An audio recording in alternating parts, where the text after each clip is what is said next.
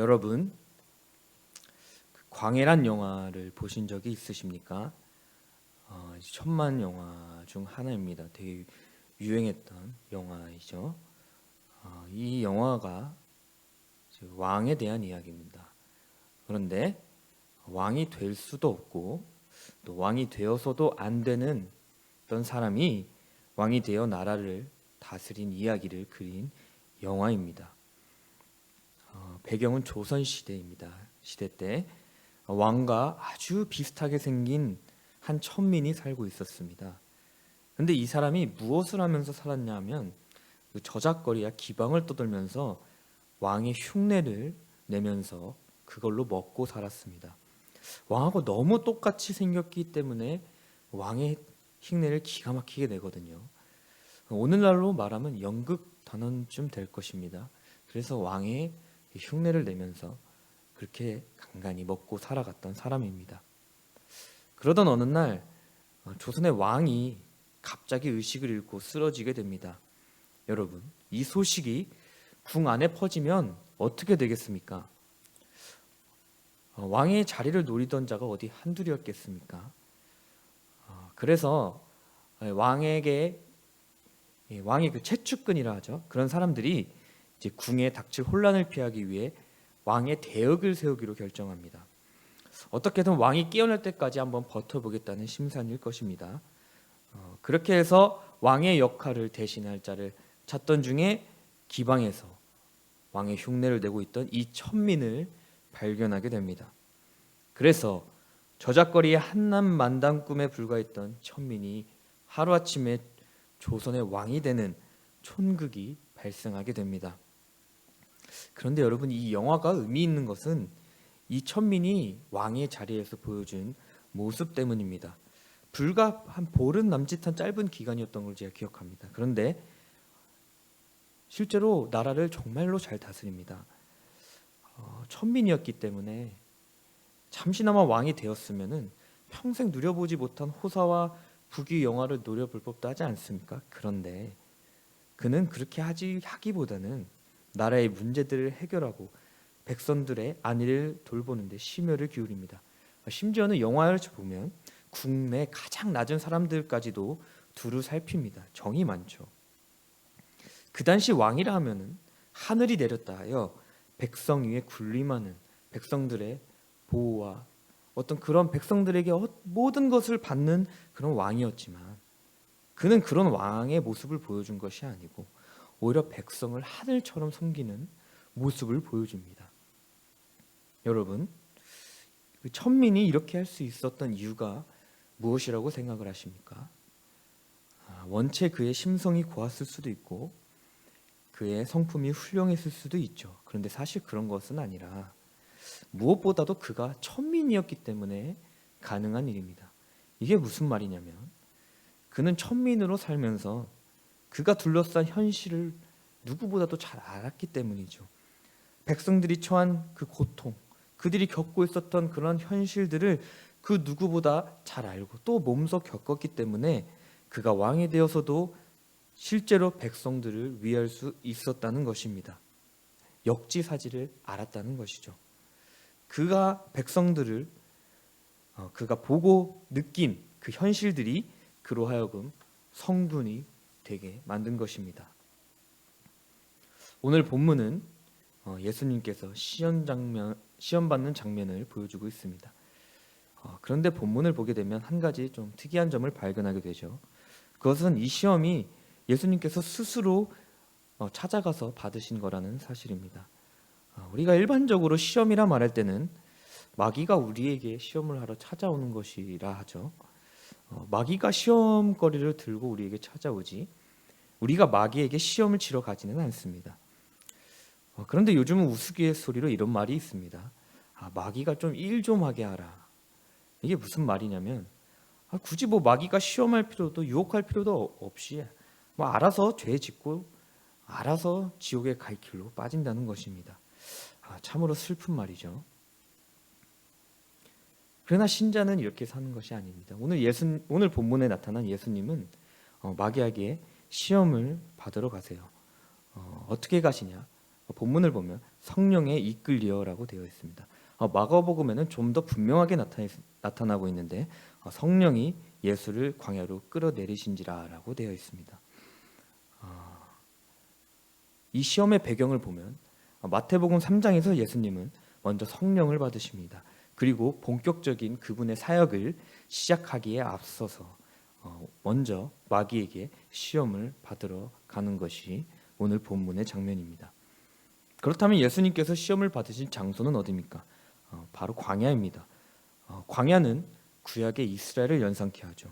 우리가 잘 알다시피 출애굽한 이스라엘은 홍해에서 전무후무한 하나님의 구원을 경험한 후에 광야로 들어서게 됩니다. 거기서 이스라엘은 가나안에 들어가기까지 무려 40년 동안을 방황하게 됩니다.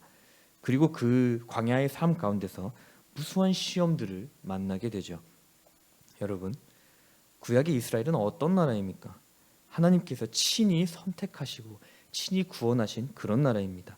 하나님의 백성으로 삼으신 그런 나라죠. 그러면 애굽에서 탈출한 뒤 이스라엘은 화사한 봄날처럼 즐겁고 행복한 나날을 보내야 될 것만 같은데 현실은 어떻습니까? 그렇습니까? 그렇지 않죠. 오히려 저 반대입니다. 애굽에 들어가서 광야로 들어가서 고생이란 고생은 다 합니다. 애굽에 있었을 때는 그래도 삼시세끼는 꼬박 챙겨 먹었는데 이게 애굽을 나오고 보니까 광야가 떡하니 있는 겁니다. 먹을 것도 없고 마실 것도 없는, 그런데 밤에도 춥고 낮에는 더운 광야가 그들을 기다리고 있습니다. 여러분, 광야의 일교차가 얼마나 크신지 아십니까? 이게 낮에는 영상 50도까지 올라가고요, 밤에는 영하 40도까지 떨어집니다. 그래서 광야에 가려면 반드시 들고 가야 할 것이 있는데 바로 물과 담요입니다. 담요가 없으면 밤에 얼어 죽을 것입니다. 이런 정말 한치 앞을 예상할 수 없는 광야라는 현실이 구원받은 애굽으로부터 나온 이스라엘에게 펼쳐지는 것입니다. 마찬가지로 우리에게도 동일한 삶이 있죠. 예수 믿고 구원받으면 이제 고생 끝, 행복 시작이어야 되는데 현실은 그렇지 않은가? 참으로 딜레마죠. 왜 딜레마냐면, 이게 왜 우리에게 어렵게 다가오냐면 우리가 생각하는 종교의 목적이 기독교와는 조금 다르기 때문입니다. 제가 성지교회 다닐 시절에 교회 가는 길에 큰 언덕이 하나 있었습니다. 이게 되게 가파랐는데 그 언덕 가는 길 중간을 좀 넘어서 보면은 또 절 같은 게 하나 있어요. 이게 절은 아니고 철학관 비슷한 거였는데 이게 주일만 되면은 진짜 보기도 힘든, 이제 홍제동에 살지 않습니까? 그렇게 부자 동네가 아닙니다. 그런데 주일만 돼서 이제 교회를 가다 보면은 정말 보기도 힘든 외제차들이 그 철학관 앞에 정말 줄을 서 있는 겁니다. 그래서 이게 뭐 하는 건가? 이게 왜 이게 있어야 될 차들이 아닌데 왜 여기 이렇게 모여 있는가? 근데 여기 꽤나 유명한 철학관이었다고 합니다. 그래서 알아보니 이 철학관에 와서 이제 비는 겁니다. 내가 가지고 있는 고민들, 문제들, 뭐 유명하니까 여기서 뭐 했으면 뭐가 얻었으니 뭐 그렇겠죠. 뭐 잘 먹고 잘 살게 해달라고 해서 돈을 주고 비는 겁니다. 우리가 믿는 대부분의 종교가 이런 목적에 의해서 존재하지 않습니까? 그런데 기독교는 이런 것이 아닙니다. 예수 믿고 구원받는 순간 우리 앞에 펼쳐지는 길은 꽃길이 아닙니다. 좁은 길이 펼쳐지죠. 이것은 예수님께서 직접 우리에게 말씀하신 거예요. 예수님이 우리에게 이렇게 말씀하셨잖아요. 너희는 좁은 문으로 들어가기를 힘쓰라. 왜 좁은 길일까요? 그 길은 찾는 자가 소수이기 때문에 좁은 길이죠. 그 가는 길이 결코 평탄치 않기 때문에 좁은 길이죠. 이거 세상으로 관점해 볼 때는 망한 길이에요. 제가 어렸을 때 그 부모님께서 저에게 다니엘 학습법이라는 책을 알려주셨는데 이게 예수 믿은 사람이 쓴 것 같은데 이게 유대인 학습법입니다. 그렇게 살면 서울대에 갈 수 있다고 이렇게 홍보를 했거든요. 근데 기독교는 그런 것이 아닙니다. 평탄치가 않습니다. 좁은 길이에요. 넓은 길이 아닌 좁은 길이에요. 그래서 세상의 관점에서 봤을 때는 기독교를 믿으면 형통하는 것이 아니고 망하는 길로 가는 겁니다. 이해할 수 없고 미련한 길이죠. 심지어는 내 마음대로 갈 수 없는 길이에요. 예수 믿고 구원받았는데 이제는 내 마음대로가 아닌 하나님의 뜻대로 살아야 되지 않습니까? 그런데 여기서 이스라엘이 실패를 한 겁니다. 광야는 그래서 우리 그리스도인들이 처한 현실입니다. 구약 이스라엘이 가나안에 들어가기까지 반드시 광야를 거쳤던 것처럼, 그리고 광야를 지나면서 무수한 시험들을 만난 것처럼 우리도 동일한 경험을 해야 됩니다. 성경에서 구원받는다는 것은 우리의 신분이 변하는 것입니다. 우리의 현실이 변하는 것은 아닙니다. 우리의 가치관이 변하는 것이에요. 그래서 우리의 삶이 바뀌는 것입니다. 예수 믿는 순간부터는 우리의 길이 좁아져야 됩니다. 세상에 수많은 사람들이 걸어가는 그 보편적인 길이 아니고 소수의 하나님의 자녀들이 걸어가는 길을 걷게 됩니다. 심지어는 그 좁은 길을 걸어가는 순간마다 마귀가 와서 시험하기 시작합니다. 왜요? 하나님께서 그 아들을 통해 이루신 구원을 무효시키기 위함입니다. 어떻게든 천국 가는 길을 막는 것이 마귀의 목표입니다. 그래서 마귀는 어떻게 유혹을 하냐면 우리가 왔던 길을 되돌아가게 합니다. 큰 길에서 좁은 길로 왔는데 다시 큰 길로 가도록 슬슬 유혹하는 것이 마귀가 유혹하는 방법입니다. 오늘 본문에서 마귀는 무엇이라 유혹합니까? 내가 만일 하나님의 아들이거든 명하여 이 돌들로 떡덩이가 되게 하라. 내가 만일 하나님의 아들이거든 뛰어내리라. 너가 만일 하나님의 아들이거든 천하 만국과 그 영광을 내가 줄 테니까 내게 앞들여 경배해라. 이게 무슨 말입니까 지금? 마귀가 예수님 앞에서 너 하나님의 아들이지 않습니까? 당신 하나님의 아들이지 않습니까? 지금 이 부분을 건드리고 있는 겁니다.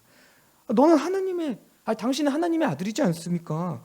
아니 굶주릴 필요도 없고 굶주릴 수도 없으신 분이, 아니 죽으실 수도 없으신 분이 지금 여기서 왜 이러고 계시는 겁니까? 아니 천하 만국보다 귀하신 분이 왜 천하디 천한 인간의 몸을 입고 왜 종의 형체로 이 땅 가운데 오셔서 지금 이 온갖 고생을 하고 왜 심지어는 죽기까지 하려는 것이냐? 지금이라도 다시 생각해 보십시오. 힘들지 않습니까? 40일 지금 금식하고 오셨는데 힘들지 않습니까? 배고프지 않습니까? 나한테 지금 이런 수모를 당하고 있는데 자존심 상하지 않습니까? 그냥 원래대로 다시 하나님의 아들로 돌아가십시오. 이렇게 지금 예수님을 시험하고 있는 것입니다. 이 시험의 내용은 정확히 구약의 이스라엘이 광야에서 받은 시험과 일치합니다. 그러나 예수님과 달리 이스라엘은 시험이 오는 내내 실패합니다. 먹을 것이 없다고 불평하고 물이 없다고 불평합니다. 그리고 불평하다 때마다 나오는 단골 멘트가 있습니다. 그것이 무엇입니까? 이스라엘 자손이 모세와 아론에게 이르되 우리가 애굽 땅에서 고기 가마 곁에 앉아 있었던 때와 떡을 배불리 먹던 때에 여호와의 손에 죽었더라면 좋았을 것을 너희가 이 광야로 우리를 인도하여 내어 온 회중이 줄여 죽게 하는도다. 애굽에 있을 때가 좋고 편했다는 겁니다. 이게 익숙했다는 겁니다. 홍해 앞바다에서도 이러고요. 애굽에 들어가서도 광야에 들어가서도 계속 이럽니다. 하나님의 자녀로 기껏 구원을 했는데 노예 생활이 익숙하니까 그게 편하다고 징징거리는 겁니다. 불평하는 겁니다. 애굽에 돌아가고 싶다는 거예요. 이게 마귀가 노리는 겁니다. 여러분, 우리가 예수 믿고 구원받아서 불편함을 느끼면 저는 그것은 구원의 어떤 하나의 표징이라고 생각할 수 있다고 생각을 합니다. 왜냐하면 예수 믿기 전에는 내가 내 마음대로 하고 내가 하고 싶은 대로 살았는데 예수 믿고 나니까 뭔가 하나씩 불편해지기 시작합니다. 이제는 내 마음대로 못 살고 하나님의 말씀대로 살아야 되니까 힘들죠. 어렵죠. 왜요? 하나님의 말씀은 세상의 가치관하고는 정반대잖아요. 그런데 내가 예수 믿고 구원을 받았다고 하는데 세상에다 전혀 어떤 불편함도 없다? 이건 글쎄요. 저는 다시 생각해 봐야 된다고 생각을 합니다. 성경은 분명하게 말하죠. 하나님의 자녀는 결코 세상과 융화될 수 없어요. 정체성이 다르기 때문이에요. 그 삶과 그 가치관과 모든 생각과 이해관계에 있어서 부딪힐 수밖에 없어요. 우리는 이 사실을 알아야 됩니다. 오늘 본문에서 근데 예수님은 어떻게 하십니까? 이스라엘은 실패하지만 예수님은 마귀의 유혹에 넘어가지 않습니다. 예수님은 마귀를 향해 이렇게 말하시죠. 주 너의 하나님을 시험하지 말라. 이것은 예수님께서 하나님의 아들이 사람이 되어 이 땅 가운데 오신 자신의 그 목표, 하나님의 뜻을 시험하지 말라는 거예요. 나는 아버지의 뜻에 따라, 하나님의 뜻에 따라 죄인들을 위해 종의 형체를 입고 고난을 받고 십자가에 달려 죽을 것이라는 겁니다. 여러분, 복음서를 읽다 보면 참으로 은혜를 많이 받습니다. 예수님이 자신을 부를 때 가장 많이 부른 호칭이 무엇인지 아십니까? 인자입니다. 인자. 제가 신학교 가기 전에 인자가 무슨 어떤 선한 사람 뭐 이런 뜻인 줄 알았는데, 이제 신학교에 들어가고 나서 원어를 배우고 나니까 이게 정확하게 사람의 아들이라는 말입니다. 사람 인자에 아들 자자를 쓴 거예요. 그러니까 하나님의 아들이신 예수님께서 이 땅 가운데 오셔서 자기를 가리킬 때 의도적으로 계속해서 나는 인자다, 인자다, 나는 사람의 아들이다, 이렇게 말씀하시는 겁니다. 그러면서 항상 거지처럼 다니시고 노숙자처럼 다니셨어요. 어떠한 세상의 관점으로 볼 때, 우리의 눈으로 볼 때 어떠한 흠모할 것이 없는 예수님의 그런 모습으로 다니셨다는 겁니다. 참으로 고통스러운 삶을 사셨죠. 하나님의 아들이, 영원전부터 하나님과 함께 계셨던 그 성자 하나님께서 죄인들을 구원하시겠다는 그 하나님의 뜻에 순종하시기 위해 하늘 보좌를 버리시고 사람의 몸을 입고 이 땅 가운데 오셔서 죄인들의 발을 씻기시는 겁니다. 그뿐 아니라 온갖 수모와 모욕을 당하시고 십자가에 달려 죽으시는 겁니다. 왜? 죄인을 구원하시기 위해 그렇게 하시는 겁니다. 구약의 이스라엘은 광야에서 실패했습니다. 그냥 실패한 것이 아니라 아주 처절하게 실패했습니다. 그러나 새 이스라엘의 참 하나님의 아들이신 예수 그리스도는 오늘 본문에서 승리하십니다. 그냥 승리하신 것이 아니라 아주 완벽하게 승리하십니다. 그는 모든 시험을 이기시고 천사들의 수종을 받으십니다. 그렇다면 예수께서 시험을 받으신 이유는 무엇입니까? 바로 실패한 이스라엘을 위함입니다. 바로 예수 그리스도를 믿고 하나님의 자녀가 된 우리와 같은 신자들을 위함입니다. 하나님은 우리가 실패할 것을 이미 알고 계십니다. 그래서 광야에서 이스라엘이 실패할 때마다 그들을 다 죽이신 것이 아니라, 애굽으로 돌려보내신 것이 아니라 무엇을 주시느냐? 먹을 것을 구하면 만나를 주시고 물을 구하면 반석을 주십니다. 이게 바울이 회심한 후에 이것을 보니까 이 만나와 반석이 무엇이냐? 그리스도라는 겁니다. 하나님께서는 이스라엘이 실패할 때마다 그리스도를 주시는 겁니다. 그리스도를 주시고 실패할 때마다 그리스도를 주시고 그리스도를 주심으로 계속해서 가나안 땅으로 나아가게 하시는 겁니다. 하나님께서 신자에게 요구하시는 것은, 우리에게 요구하시는 것은 완벽한 승리가 아니에요. 너네 힘으로 이겨. 내가 구원했으니까 너네 이제 마귀가 써서 너네가 이겨야지. 그 정도는 해줘야지. 그런 것이 아니에요. 실패하지 말라는 것도 아니에요. 하나님께서는 우리가 실패할 것을 잘 알고 계세요. 죄의 유혹과 우리의 연약함을 그 누구보다도 잘 알고 계세요. 그래서 하나님은 그리스도를 우리에게 주시는 거예요. 그래서 히브리서 기자는 우리에게 이렇게 말합니다. 그러므로 우리에게 큰 제사장이 계시니 승천하시니 곧 하나님의 아들 예수시라. 우리가 믿는 도리를 굳게 잡을지어다. 우리에게 있는 대제사장은 우리의 연약함을 동정하지 못하시리가 아니요 모든 일에 우리와 똑같이 시험을 받으시니로되 죄는 없으시리라. 그러므로 우리는 긍휼하심을 받고 때를 따라 돕는 은혜를 얻기 위하여 은혜의 보좌 앞에 담대히 나아갈 것이니라. 이것이 바로 하나님의 아들이신 예수 그리스도께서 그의 모든 사역을 시작하기 앞서 마귀에게 시험을 받으신 이유입니다.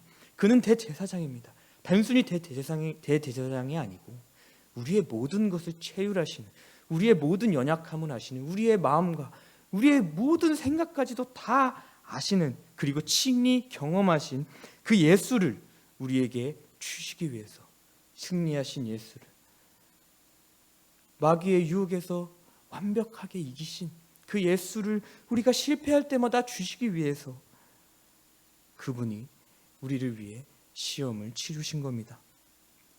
그래서 우리가 해야 될 것은 우리가 나가서 막 마귀와 싸우는 것이 아니죠. 우리의 연약함을 알고 때를 따라 돕는 은혜를 얻기 위해 하나님 앞에 나아가서 하나님 잘못했습니다. 제가 또 실수했습니다. 저에게 은혜를 주시고 그리스도를 주십시오. 제게 또 실수했습니다. 만나를 주시고 반석을 주십시오. 그리스도를 제게 주십시오.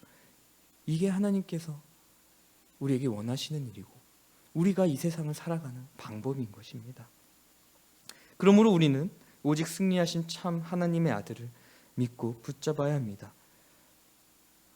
우리는 담대히 은혜의 보좌 앞으로 나아가 주님으로부터 때를 따라 돕는 은혜를 구해야 할 것입니다. 예수를 구해야 합니다. 예수만이 우리의 능력이고 소망이기 때문입니다. 이 사실을 굳게 믿는 우리 노원 성덕교회 여러분이 되시기를 진심으로 기도합니다.